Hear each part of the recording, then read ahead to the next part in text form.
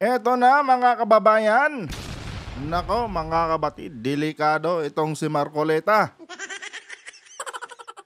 Baka hindi matapos yung termino nito mga kabatid. O eto, Senator Marcoleta padadalhan na ng show cause order ng COMELEC. Kasi nga mga kababayan, talaga namang napakalaking questionable itong sose ni Marcoleta mga kabatid. Dahil yung kanyang expenses noong nakaraang halalan ay mas malaki mga kabatid kumpara sa idiniklara niyang assets sa kanyang SALN. Oh. Ngayon mga kababayan, parang magbabalik ministro sa INC itong si Marcoleta pagka minalas-malas ito mga kabatid. Pero bago tayo magpatuloy mga kababayan, huwag kalimutan na i-like at mag-subscribe sa ating YouTube channel mga kabatid kung bago lang po kayo dito. So eto na, pakinggan muna natin tong balitang to mga kababayan at bigyan po natin ng ating personal na opinion at reaction. Hindi kami umaaksyon. So para po magkaroon din ng venue, ang lahat makapagpaliwanag at the same time, ang COMELEC din, matingnan natin talaga yung mga dokumento, mag-i-issue rin kami ng show cause order. Pagpapaliwanagin ng Commission on Elections o COMELEC si Senator Rodante Marcoleta sa issue hinggil sa kanyang Statement of Contributions and Expenditures o SOSE noong 2025 midterm elections. Maglalabas ng show cause order ang COMELEC sa susunod na linggo para madinig ang panig ng mambabatas. As kung saan nanggaling. Pagka hindi nagpaliwanag yan, sibakin nyo na kaagad. Oh, di ba? Tandaan nyo mga kababayan, itong si Marcoleta, abogado to. No? At laging nagmamarunong to mga kabatid sa Senado. Tapos ngayon, ultimo sose niya mga kababayan, may butas. Oh, ibig sabihin mga kabatid, hindi wholesome ang pagkatao ni Marcoleta dahil nabutasan siya ng COMELEC eh. Oh. Kung law-abiding citizen ka, dapat alam mo na yung mga bawal sa mga ganyang bagay. Oh, dapat alam mo na hindi pwede yung ganito, Hindi pwede na mas malaki yung expenses ko kumpara sa tawag nito sa aking assets.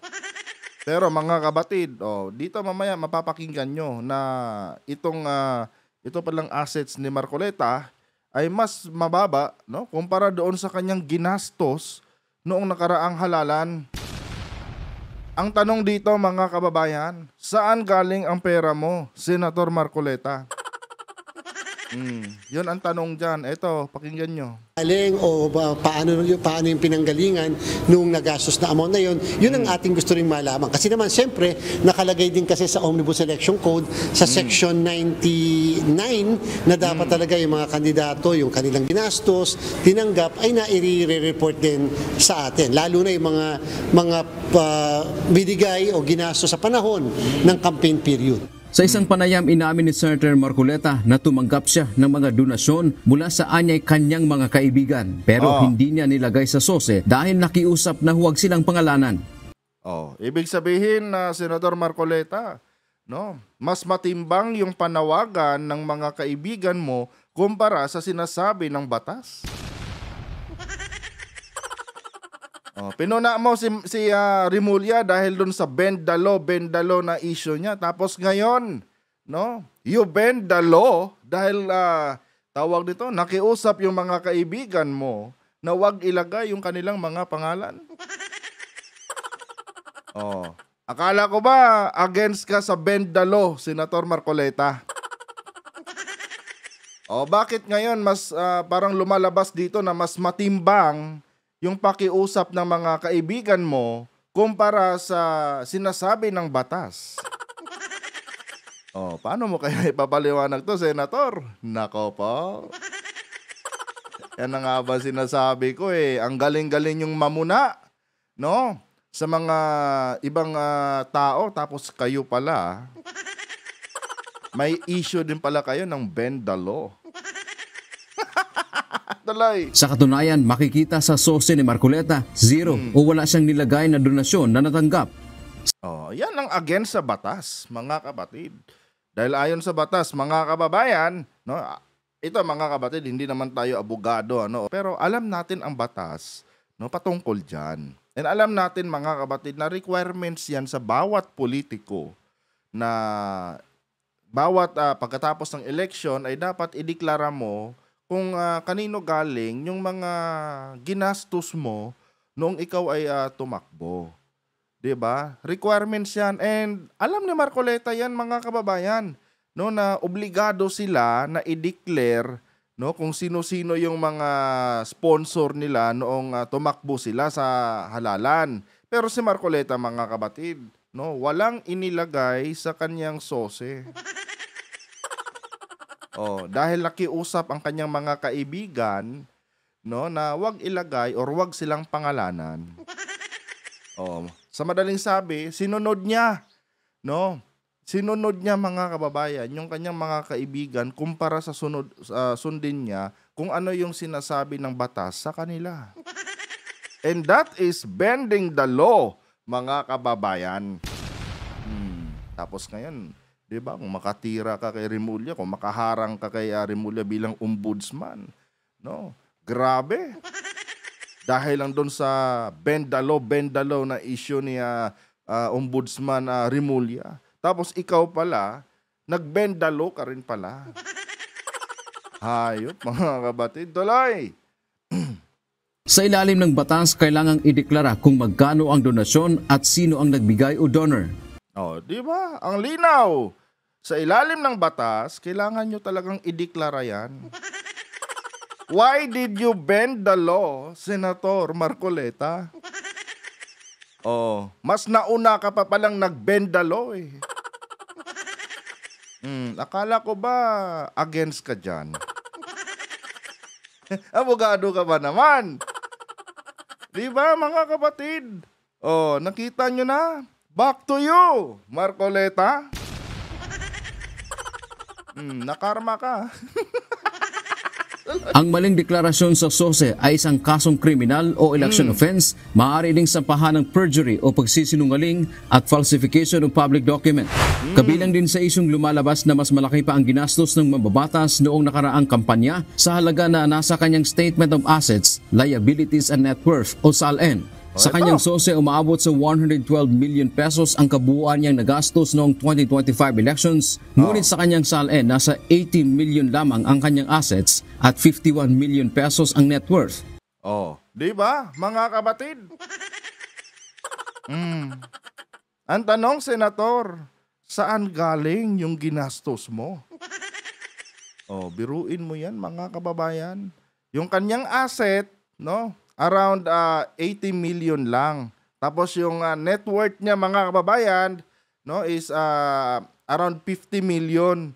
Pero yung ginastos niya mga kapatid noong nakaraang halalan ay mahigit 100 milyon. Patay ka dyan, Senator. Saan galing yung pera? Alam nyo mga kapatid, no, dahil sa balitang ito, napapaisip tuloy ako bakit napaka-protective nitong ni Senator Marcoleta sa mag-asawang Diskaya.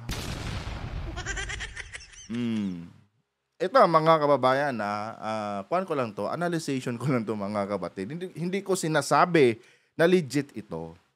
And in my personal opinion, no, kaya siguro protective masyado si Marcoleta dito sa mga Diskaya, mga kababayan, dahil baka naman mga kapatid, isa ito, no, sa mga nag-sponsor noong siya ay tumakbo bilang senador.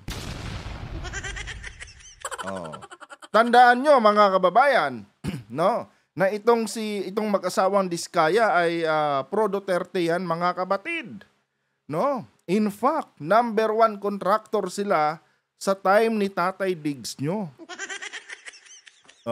And si Marcoleta mga kababayan ay isa din, no? Isa ding pro Duterte.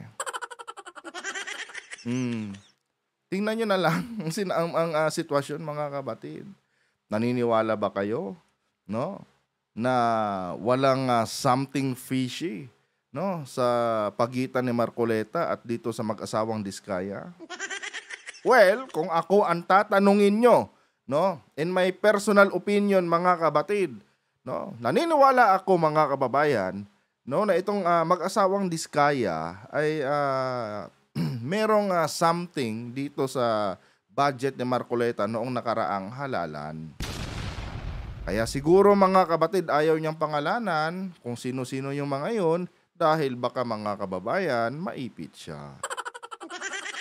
Oh, may common denominator sila mga kababayan sa mag-asawang Diskaya. Itong si Marcoleta at mag-asawang Diskaya, may common denominator sila. Sino yon? Yung pagiging maka-Duterte nila mga kapatid. Diba? Yun yung hula ko dito. Hula ko lang naman mga kababayan. And ito lilinawin ko sa inyo, hindi ko kayo pinipilit na paniwalaan itong sinasabi kong ito. Personal opinion ko lamang ito. Ngayon, kung agree kayo, then good. No, kung hindi naman, well, may kanya-kanya tayong opinion mga kababayan. Diba? Ganun lang po kasimple. Tuloy. Kung ang SALN daw ay ganito, bakit hindi tumutugma yung nagastos sa SALN niya? So, maganda rin magkaroon ng paliwanag kasi siyempre ang COMELEC, para lang ipakita natin sa lahat na kami naman ay fair to everybody at kung may mga ganyang klase na alingas-ngas, kontrobersiya, maganda na malaman din natin. Matik to mga kabatid sa mga susunod na araw, no? Ang mga tirada na naman dito ng mga DDS, pinupolitika na naman si Senator Marcoleta. Ganun na naman yan mga kababayan. Hindi na naman nila titignan dito kung ano yung mga facts na nilatag nitong ni Chairman Garcia. Unang-una mga kabatid, no? Nag-bend the law si Senator Marcoleta. Hindi niya diniklara kung sino yung mga sponsor niya noong nakaraang halalan, no? And against po 'yan sa batas. 'Di ba? Pangalawa mga kababayan, no? Itong kanyang assets, mga kabatid, ay di hamak na mas mababa kumpara doon sa kanyang ginastos.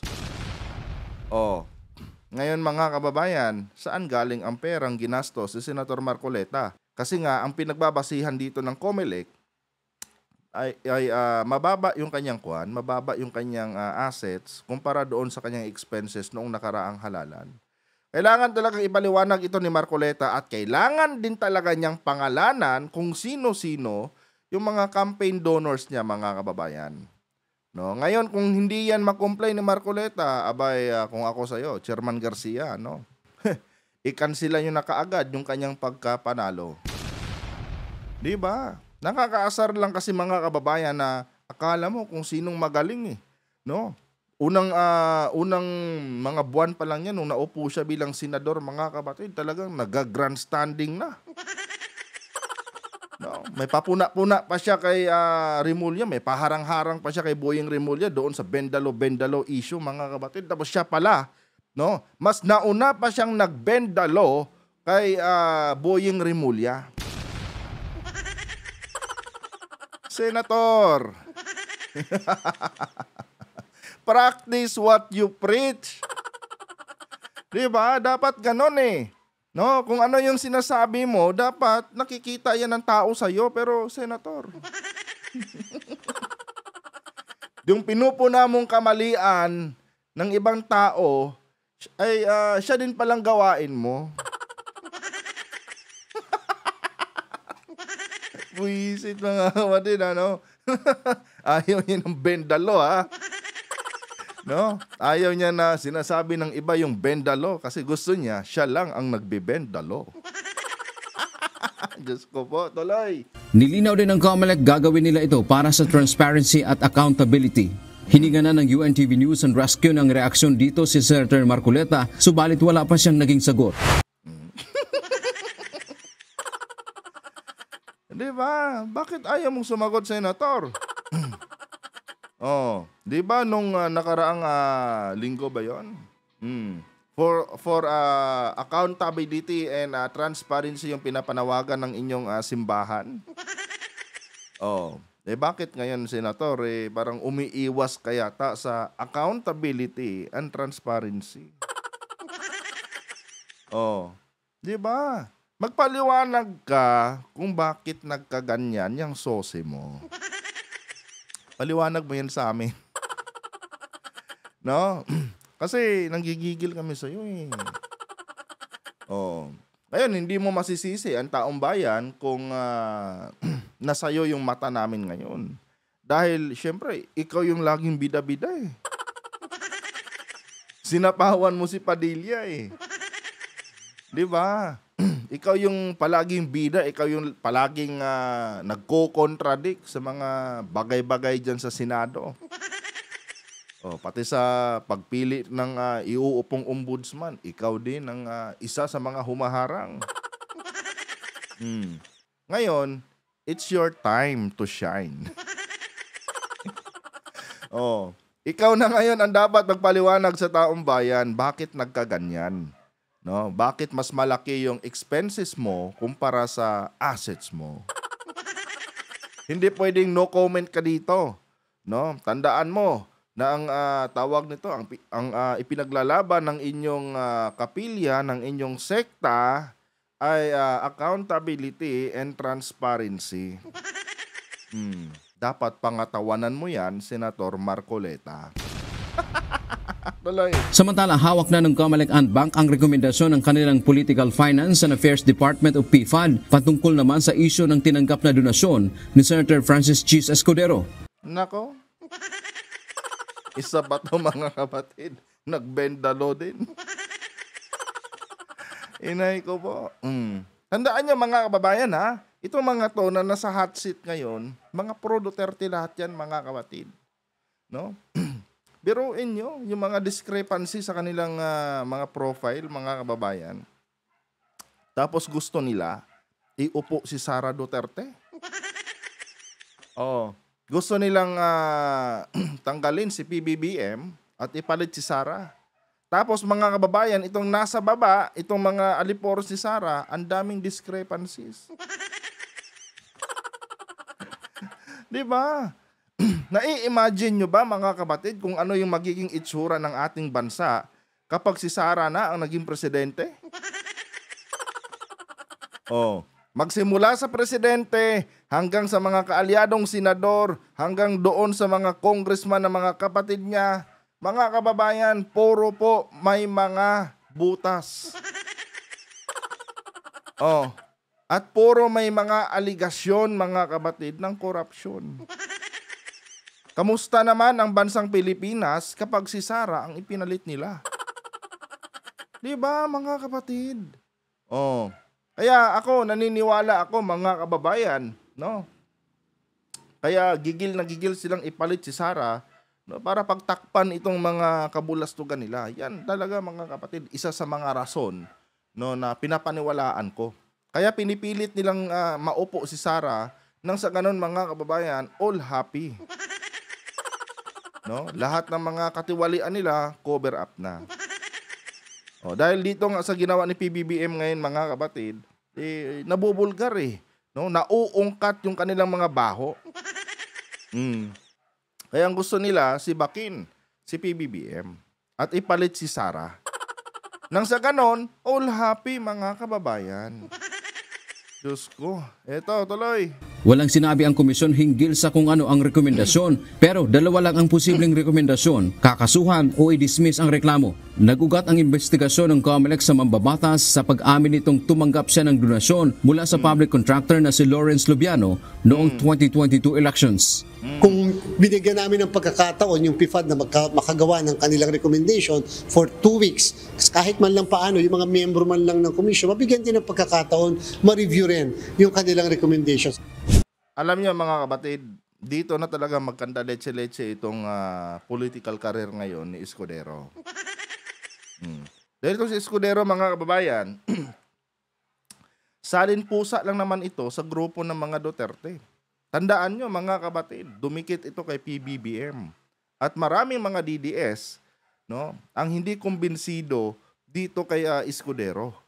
Sa madaling sabi mga kababayan, kung may ambisyon itong si Escudero sa susunod na halalan, mga kapatid, sa mas mataas na posisyon, I don't think so na susuportahan pa ito ng mga DDS, mga kapatid.